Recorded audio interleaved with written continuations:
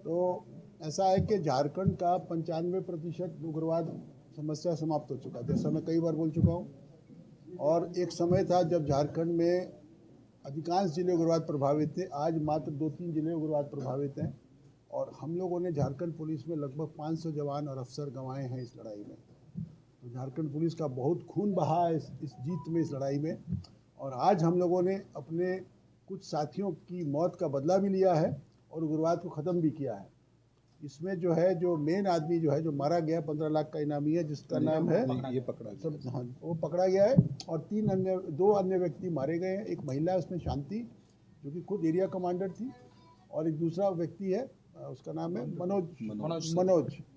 और इसके अलावा हमारे पास में ये AK-47 रिकवर हुई है, एक राइफल रिकवर हुई है, और 2 इंसास राइफल बरामद हुई है। और हमें उम्मीद है कि इस चोट के बाद, इस मार के बाद, इस लड़ाई के बाद नक्सलवाद का जो समस्या बोकारो जिला में कम से कम समाप्त हो जाएगा। हम ऐसा उम्मीद करते हैं। मतलब नक्सल करेंगे। देखिए, ये कोई पुल तो है नहीं, ये बिल्डिंग तो है नहीं कि कहेंगे 2 महीना में पूरी हो जाएगी। लेकिन हम लोग मानते हैं कि मार्च तक हम लोग नक्सलवाद को झारखंड से खत्म कर देंगे, ऐसा हम लोग का मानना है। ये टारगेट मैंने अपने जवानों को, अपने अधिकारियों को दिया है और हमको निरंतर सफलताएं मिल रही हैं इसमें। चाहे वो चाईबासा जिला हो, चाहे वो लातेहार हो, चाहे वो गुमला हो, चाहे वो बोकारो हो, चाहे वो गिरिडीह हो, सभी जिलों में। आज जैसे सुबह में लातेहार में भी एक एनकाउंटर हुआ है। इसके पहले गुमला में भी एक एनकाउंटर हुआ है, जो झांगुर ग्रुप के साथ में, जिसमें के 2 हथियार रिकवर हुए हैं। तो एक हमारी जो रणनीति है, हमारा जो इंटेलिजेंस इंफ्रास्ट्रक्चर है, जो सामने नजर नहीं आता लोगों को, लेकिन जिसका व्यापक पहुंच नक्सलियों के गढ़ तक है। हम जानते हैं कौन नक्सली कहाँ पर है, हम जानते हैं वो कहाँ छुपा हुआ है, हम जानते हैं वो क्या खाता है, हम जानते हैं वो कहाँ सोता है, हमें पता है सब। इसीलिए हम सबसे अपील भी करते हैं कि मरने से अच्छा है कि सरेंडर करो। जो पैसा तुम्हारे ऊपर इनाम घोषित है वो खुद प्राप्त करो। झारखंड राज्य की सबसे सुंदर सरेंडर पॉलिसी है पूरे देश में। इस सरेंडर पॉलिसी का लाभ उठाओ, मुख्य धारा में आओ। तुम्हारे 95% तुम्हारे साथी और सपोर्टर्स या तो मारे गए हैं या ख़त्म हो चुके हैं, जेल के सलाखों के पीछे। तो वहाँ पे जेल में जाने से अच्छा अपने परिवार के साथ रहो। और इस ये गुप्त सूचना प्राप्त हुई थी कि पारसनाथ में जो नक्सली ग्रुप है, रणविजय महतो, साहेबराम माझी और बाकी जो अन्य नक्सली है, चूँकि पारसनाथ एरिया में पुलिस की एक्टिविटी से वो अब उन्हें कोई सहारा नहीं मिल रहा था, तो वो ग्रुप वहाँ से निकला था। और उनका ये था कि ये विवेक, जो यहाँ पे सेंट्रल कमेटी मेंबर है, उस जो लुगु एरिया में जिसका अभी सूचना है जिसके बारे में, उस क्षेत्र में उससे जाके मिलना था। और वहाँ पे फिर इन लोगों को, इनका प्लान था कि कुछ ऐसी घटनाएं कारित करे, कुछ अंजाम दे, ताकि जो है फिर से नक्सली संगठन यहाँ पे स्ट्रेंथन हो सके और उनको लेवी इत्यादि मिलना शुरू हो सके। इसी क्रम में जो है झारखंड पुलिस में पहले गिरिडीह पुलिस, झारखंड जगवार और हमारी जो अन्य एजेंसीज़ है, और उसके अलावा CRPF की टीम्स के द्वारा जो है इस सूचना को लगातार फॉलो किया जा रहा था। कल रात में इसी सूचना में हमें गुप्त सूचना मिली थी रणविजय के बारे में कि वो एक जगह पे है और वहाँ पे उसकी एक्टिविटी है। तो उसी पे हमारी एक टीम के द्वारा जो है उसको इंटरसेप्ट किया गया और उसको वहाँ से हिरासत में लिया गया, उससे पूछताछ की गई। तब पूछताछ में उसके द्वारा जो है ये बताया गया कि उसकी जो बाकी बची हुई जो टीम है, जिसमें कि आज जैसे ये जो मारे गए मनोज हो या शांति है या अन्य लोग हैं, जो जहाँ पे उनका ठिकाना है उसके बारे में बताया गया।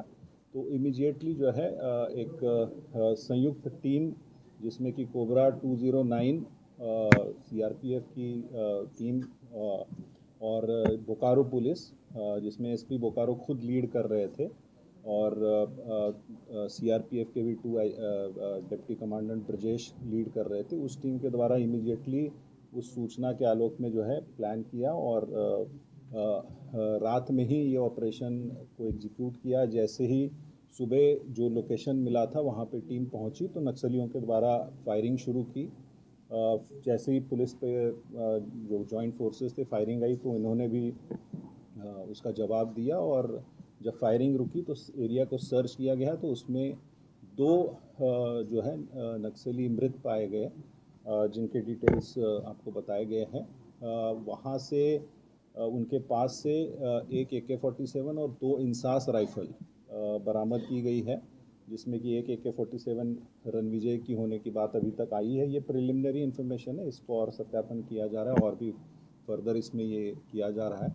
इसके अलावा भी जो नक्सली वहाँ से भागने की बात आई है, उसमें एक आध नक्सली को गोली लगने की बात सामने में आ रही है। अभी इसका सत्यापन किया जा रहा है और उस क्षेत्र में लगातार अभी सर्च अभियान जारी है। वहाँ पे हम लोग सर्च भी कर रहे हैं और जहाँ तक विवेक की टीम का है सवाल है, तो उस टीम से को पहुंचने से पहले या मिलने से पहले ही ये दस्ता जो है इंटरसेप्ट हुआ है।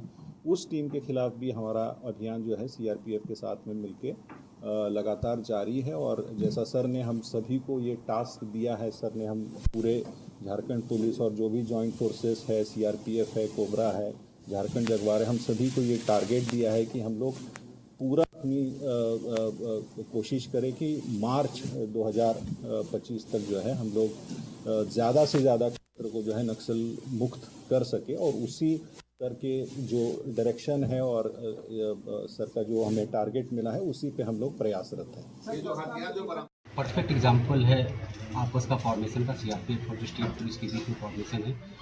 इन्फॉर्मेशन मिलता है, इन्फॉर्मेशन सामने आता है, उसके बाद आप सुबह तक 15 से 20 किलोमीटर तक पैदल चलते हैं। लेकिन पूरी टीम 2 अलग अलग जगह से आकर के एक जगह पर मिलती है, उसके बाद फिर ऑपरेट करके सुबह सक्सेस दे देती है।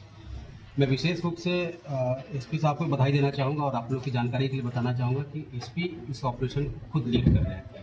शायद पता नहीं आप लोग को इस चीज़ की जानकारी है कि नहीं, लेकिन SP खुद इस ऑपरेशन को लीड कर रहे थे। हमारी तरफ से एक डिप्टी कमांडेंट लीड कर रहे थे। तो नॉर्मली जब भी SP लीड कर रहे थे उनका चॉइस होता है, तो SP की तरफ से एक अच्छी इनिशिएटिव। और मुझे लगता है कि पूरे के पूरे जिला बल का तो मनोबल बढ़ता ही है साथ में, लेकिन जब इस तरह से ऑपरेशन होता है जिसमें अच्छे कोऑर्डिनेशन हो और SP खुद लीड लेकर के आगे बढ़ती है, तो CRPF का भी मनोबल बढ़ता है। तो हम लोग बिल्कुल स्टेट पुलिस के साथ हैं। कहीं पिछले 15 साल से यहाँ पर हम लोग साथ में काम कर रहे हैं, कहीं आज तक कभी भी कोई भी कोऑर्डिनेशन का इशू नहीं आया।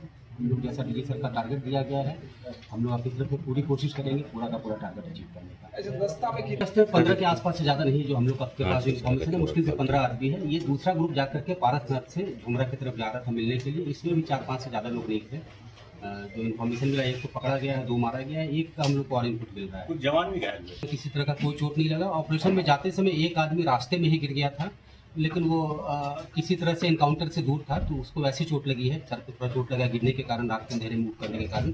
कोई सीरियस कुछ भी नहीं है। तो IG साहब अभी 100 के आसपास पूरे झारखंड में नक्सली है, वैसे बहुत ज़्यादा नहीं बचे रहते हैं। और अभी जो अच्छी बात है कि जब हम लोग जब SP हुआ करते थे तो हम लोग के पास जानकारी नहीं हुआ करती थी कि कितने नक्सल हैं। अब तो हर आदमी का कुंडली हमारे पास है। सर की तरफ से हमेशा डायरेक्शन ये मिलता है कि आपके जो भी दुश्मन है उसके बारे में एक सूचना रखिए। तो करीब करीब हम लोग सारे के बारे में लगातार सूचनाएं भी मिल रही हैं, तो मुझे नहीं लगता है बहुत दूर नहीं है।